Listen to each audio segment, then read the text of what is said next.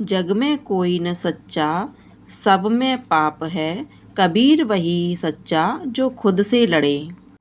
कबीरदास जी कहते हैं कि इस संसार में हर किसी के भीतर कुछ न कुछ पाप छुपा हुआ है और सच्चा वही है जो अपने अंदर के बुरे विचारों और पाप कर्मों से लड़ता है, उन्हें परास्त कर देता है। हरे कृष्णा। आप सभी का दिन शुभ और मंगलमय हो। आज दिनांक है 9 दिसंबर सोमवार और मार्गशीर्ष मास के शुक्ल पक्ष की नवमी तिथि आज सुबह 8:04 से शुरू होकर 10 दिसंबर मंगलवार को सुबह 6:02 तक रहेगी। आज आप सुनेंगे मार्गशीर्ष मास के अध्याय के 24वें अध्याय की कथा। मणिग्रीव बोला, हे द्विज, विद्वानों से पूर्ण और सुंदर चमत्कार पुर में धर्मपत्नी के साथ में रहता था। धनाढ्य, पवित्र आचरण वाला, परोपकार में तत्पर। मुझको किसी समय संयोग से दुष्ट बुद्धि पैदा हुई। दुष्ट बुद्धि के कारण मैंने अपने धर्म का त्याग किया, दूसरे की स्त्री का सेवन किया और नित्य अपेय वस्तु का पान किया। चोरी हिंसा में तत्पर रहता था, इसलिए बंधुओं ने मेरा त्याग किया। उस समय महाबलवान राजा ने मेरा घर लूट लिया। बाद का बचा हुआ जो कुछ धन था उसको बंधुओं ने ले लिया। इस प्रकार सभी से तिरस्कृत होने के कारण वन में निवास किया।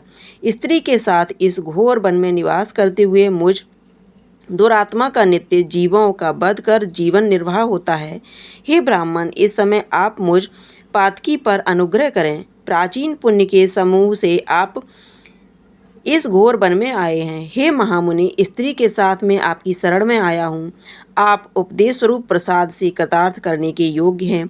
जिस उपाय के करने से मेरी तीव्र दृढ़ता इसी क्षण में नष्ट हो जाए और अतुल वैभव को प्राप्त कर यथा सुख करूँ। उग्रदेव बोले, हे महाभाग, तुम कृतार्थ हो जो तुमने मेरा अतिथि सत्कार किया, इसलिए इस समय स्त्री सहित तुमको होने वाले कल्याण को कहता हूँ, जो बिना व्रत के, बिना तीर्थ के, बिना दान के, बिना प्रयास के तुम्हारी दृढ़ता को दूर करेगा। ऐसा मैंने विचार किया है। इस मास के बाद तीसरा पुरुषोत्तम मास आने वाला है। उस पुरुषोत्तम मास में सावधानी के साथ विधि पूर्वक तुम दोनों स्त्री पुरुष श्री पुरुषोत्तम भगवान को प्रसन्न करने के लिए दीपदान करना। उस दीपदान से तुम्हारी यह दरिद्रता जड़ से नष्ट हो जाएगी। तिल के तेल से दीपदान करना चाहिए। विभव के होने पर घृत से दीपदान करना चाहिए, परंतु इस समय वन में वास करने के कारण घृत अथवा तेल इनमें से तुम्हारे पास कुछ भी नहीं है। हे अनग मणिग्रीव, पुरुषोत्तम मास भर स्त्री के साथ नियम पूर्वक इंदुगी के तेल से तुम दीपदान करना। स्त्री के साथ इस तालाब नित्य स्नान करके दीपदान करना। इसी प्रकार तुम इस वन में 1 मास व्रत करना। तुम्हारे अतिथि सत्कार से प्रसन्न मैंने यह वेद में कहा हुआ तुम दोनों स्त्री पुरुष के लिए उपदेश किया है। विधिहीन भी दीपदान करने से मनुष्यों को लक्ष्मी की वृद्धि होती है। यदि पुरुषोत्तम मास में पूर्वक दीपदान किया जाए तो क्या कहना है। वेद में कहे हुए कर्म और अनेक प्रकार के दान पुरुषोत्तम मास में दीपदान की 16वीं कला की भी बराबरी नहीं कर सकते हैं। समस्त तीर्थ, समस्त शास्त्र पुरुषोत्तम मास के दीपदान की 16वीं कला को नहीं पा सकते हैं। योगदान, सांख्य, समस्त तंत्र भी पुरुषोत्तम मास के दीपदान की 16वीं कला को नहीं पा सकते हैं। चंद्रायण आदि समस्त व्रत पुरुषोत्तम मास के दीपदान की 16वीं कला की बराबरी नहीं कर सकते हैं। वेद का प्रतिदिन पाठ करना, गया श्राद्ध, गोमती नदी के तट का सेवन पुरुषोत्तम मास के दीपदान की 16वीं कला की बराबरी नहीं कर सकते हैं। हजारों ग्रहण, सैकड़ों व्यतिपात पुरुषोत्तम मास के दीपदान की 16वीं कला की बराबरी नहीं कर सकते हैं। कुरुक्षेत्र आदि श्रेष्ठ क्षेत्र, दंडक आदि वन पुरुषोत्तम मास के दीपदान की 16वीं कला की बराबरी नहीं कर सकते। हे वत्स, यह अत्यंत गुप्त व्रत जिस किसी से कहने लायक नहीं है, यह धन, धान्य, पशु, पुत्र, पौत्र और यश को करने वाला है। बंध्या स्त्री के बांझपन को नाश करने वाला है और स्त्रियों को सौभाग्य देने वाला है। राज्य से गिरे हुए राजा को राज्य देने वाला है और प्राणियों को इच्छानुसार फल देने वाला है। यदि कन्या व्रत करती है तो गुणी चिरंजीवी पति को प्राप्त करती है। स्त्री की इच्छा करने वाला पुरुष सुशील और पतिव्रत स्त्री को प्राप्त करता है। विद्यार्थी विद्या को प्राप्त करता है। सिद्धि को चाहने वाला अच्छी तरह से सिद्धि को प्राप्त करता है। खजाना को चाहने वाला खजाना को प्राप्त करता है। मोक्ष को चाहने वाला मोक्ष को प्राप्त करता है। बिना विधि के, बिना शास्त्र के जो पुरुषोत्तम मास में जिस किसी जगह दीपदान करता है वह इच्छा अनुसार फल को प्राप्त करता है। हे वत्स, विधि पूर्वक नियम से जो दीपदान करता है तो फिर कहना ही क्या है। इसलिए पुरुषोत्तम मास में दीपदान करना चाहिए। मैंने इस समय यह तीव्र दरिद्रता के नाश करने वाला दीपदान तुमसे कहा। तुम्हारा कल्याण हो, तुम्हारी सेवा से मैं प्रसन्न हूँ।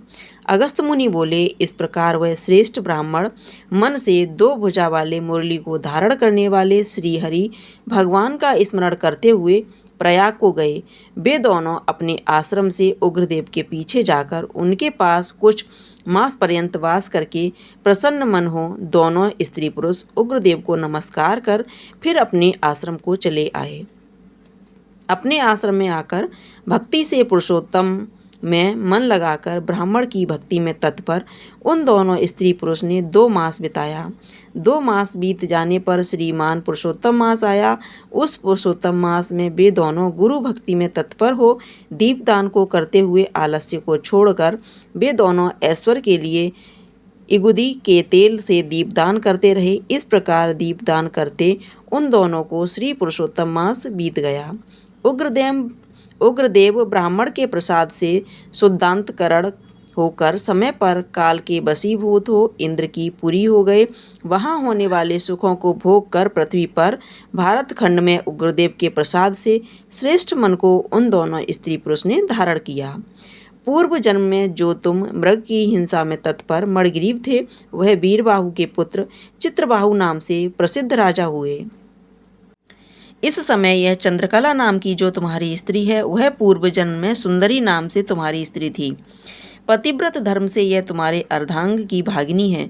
जो स्त्री पतिव्रता होती है वे अपने पति के पुण्य का आधा भाग लेने वाली होती है। श्री पुरुषोत्तम मास में इगुदी के तेल से दीपदान करने से तुमको ये निष्कंठ राज्य मिला। जो पुरुष श्री पुरुषोत्तम मास में घृत से अथवा तिल के तेल से अखंड दीपदान करता है तो फिर कहना ही क्या। पुरुषोत्तम मास में दीपदान यह फल कहा है, इसमें कुछ संदेह नहीं है। जो उपवास आदि नियमों से श्री पुरुषोत्तम मास का सेवन करता है तो उसका कहना ही क्या है। वाल्मीकि मुनि बोले, इस प्रकार अगस्त मुनि राजा चित्रबाहु के पूर्व जन्म का वृत्तांत कहकर राजा चित्रबाहु से किए गए सत्कार को लेकर तथा अक्षय आशीर्वाद देकर चले गए। कृष्ण भगवान की जय, राधा रानी की जय। अब आप सुनेंगे कृष्ण चालीसा। बंसी शोभित कर मधुर नील जलद तन श्याम, अरुण अधर जनु विलंब फल नयन कमल अभिराम। पूर्ण इंद अरविंद मुख पीतांबर शुभ साज, जय मनमोहन मदन छवि कृष्ण चंद्र महाराज। जय यदुनंदन जय जगबंदन, जय वसुदेव देव की नंदन, जय यशोदा सुत नंद दुलारे, जय प्रभु भक्तन के द्रगतारे। जय नटनागर नांगन थैया, कृष्ण कन्हैया धैनु चरैया। पुनि नख पर प्रभु गिरिवर धारो, आओ दीनन कष्ट निवारो। बंसी मधुर अधर धर तेरी, हो बे पूर्ण मनोरथ मेरी। आओ हरि पुण्य माखन चाख्यो, आज लाज भारत की राख्यो। गोल कपोल चिबुक अरुणारे, मृद मुस्कान मोहिनी डारे। राजित राजीव नयन विशाला, मोर मुकुट बैजंती माला। कुंडल श्रवण पीत पट आछे, कटि किंकड़ी काछन काछे। नील जलद सुंदर तन सोहे, लख छवि सुर नर मुनि मन मोहे। मस्तक तिलक अलक घुंघराले, आओ कृष्ण बांसुरी वाले। कर पै पान पुतनयो तार्यो, अका बका कागा सुर मार्यो। मधुबन जलत अग्नि जब ज्वाला, भय शीतल लख तहि नंद लाला। सुरपति जब ब्रज चढ़ायो रिसाई, मसूर धार बारिश करवाई। लगत लगत ब्रज चहन बचायो, गोवर्धन नख धारे बचायो।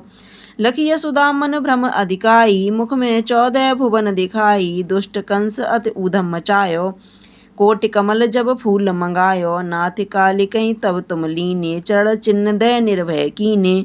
कर गोपियन संग रास बिलासा, सबकी पूरण करिय विलासा। केतिक महा असुर संघार्यो, कंसय केस पकड़ दे मार्यो। मात पिता की बंद छुड़ाई, उग्रसेन कहाँ राज दिलाई। मही से मृतक छयो सुत लायो, मात देव की शोक मिटायो।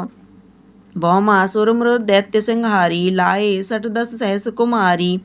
दैवी मई तृण चीर सहारा, जरा सिंधु राक्षस का मारा। असुर बकासुर आदिक मार्यो, भक्तन के तब कष्ट निवार्यो। दीन सुदामा के दुख टार्यो, तंदुल 3 मूठ मुख डार्यो। प्रेम के साग विदुर घर मांगे, दुर्योधन की मेवा त्यागे। लखी प्रेम की महिमा भारी, ऐसे श्याम दीन हितकारी। भारत के पारथ रथ हाँ के लिए, चक्र नहीं करवलता के। निज गीता के ज्ञान सुनाए, भक्तन हृदय सुधा बरसाए। मीरा थी ऐसी मतवाली, विष पी गई बजा कर ताली। राणा भेजा सांप पिटारा, शालिग्राम बने बनवारी। निज माया तुम विविध दिखायो, और तय संशय सकल मिटायो। तब सत निंदा करी तत्काला, जीवन मुक्त भयो शिशुपाला। जबहि द्रौपदी टेर लगाई, दीनानाथ लाजे अब जाई। तुरतई बसन बने नंद लाला, बड़े चीर अरमय मुख काला। अस अनाथ के नाथ कन्हैया, डूबत भमर बचावत नैया। सुंदर दास आस और धारी, दया दृष्टि की जय बनवारी। नाथ सकल मम कुमति निवारो, क्षमऊ बेग अपराध हमारो। खोलो पट अब दर्शन दीजे, बोलो कृष्ण कन्हैया कीजे। यह चालीसा कृष्ण का पाठ करे और धार, अष्ट सिद्ध नवनिधि फल लहे पदारथ चार। कृष्ण भगवान की जय, राधा रानी की जय। आप लोगों को यह कथा चालीसा पसंद आया हो तो कमेंट बॉक्स में जा करके कृष्ण भगवान की जय अवश्य लिखिएगा। साथ ही साथ वीडियो को लाइक कीजिएगा, शेयर कीजिएगा। अगर आपने अभी तक वीडियो को लाइक शेयर नहीं किया है तो वीडियो को लाइक शेयर कर दीजिएगा। अगर आपने अभी तक चैनल को सब्सक्राइब नहीं किया है तो चैनल को सब्सक्राइब करके बेल आइकन को अवश्य दबा दीजिएगा, ताकि आप इसी तरह की कथाएं समय से सुन सकें। धन्यवाद।